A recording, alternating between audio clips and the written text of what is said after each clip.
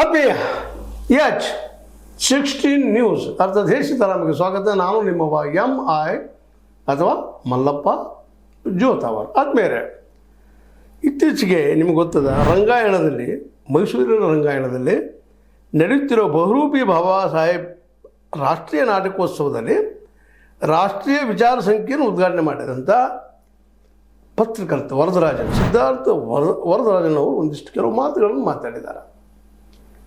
ನಿಜವಾಗಿಯೂ ಈ ಪತ್ರಕರ್ತರು ಬದುಕನ್ನು ಸಮೀಪದಿಂದ ಉಳಿದಂಥವರು, ಜೊತೆಗೆ ಪತ್ರಿಕೋದ್ಯಮದಲ್ಲಿ ತಮ್ಮದೇ ಅಂತ ಸಾಧನೆ ಮಾಡಿದಂಥವರು. ಅವ್ರು ಏನು ಮಾತಾಡ್ತಾ ಇದ್ದಾರೆ ಅಂದ್ರೆ, ಫ್ಯಾಸಿಸಮನ್ನು ಆರಂಭದಲ್ಲಿಯೇ ಗುರುತಿಸಿ ಪ್ರತಿರೋಧ ತೋರದಿದ್ದರೆ ಅದು ದೇಶ ಮತ್ತು ಜನರನ್ನು ನಾಶ ಮಾಡುತ್ತದೆ. ಫ್ಯಾಸಿಸಮ್ ಅಂದರೆ ಗೊತ್ತದೆ ನಿಮಗೆ?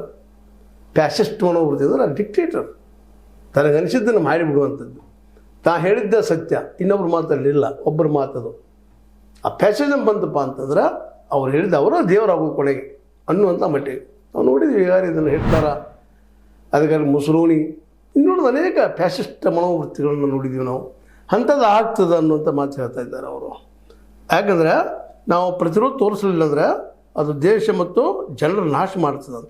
ಸ್ವತಂತ್ರವಾದ ಮೀಡಿಯಾಗೆ ಬೇಕಾಗಿರುವುದು ಸ್ವತಂತ್ರ ಧ್ವನಿ. ಆ ಸ್ವತಂತ್ರ ಧ್ವನಿ ಉಳಿಸಲು ನೀವು ಮಾಡಬೇಕಾದದ್ದು ಇಷ್ಟೇ. ಅದೇನಪ್ಪಾ ಅಂತಂತಂದ್ರೆ, ನಿಮ್ಮ ಕೈಲಾದಷ್ಟು ಸಹಾಯ ಈ ಚಾನಲ್ಗೆ ಮಾಡಿ ಹಾಗೂ ನಿಮ್ಮ ಧ್ವನಿಯನ್ನು ಕಾಪಾಡಿಕೊಳ್ಳಿ.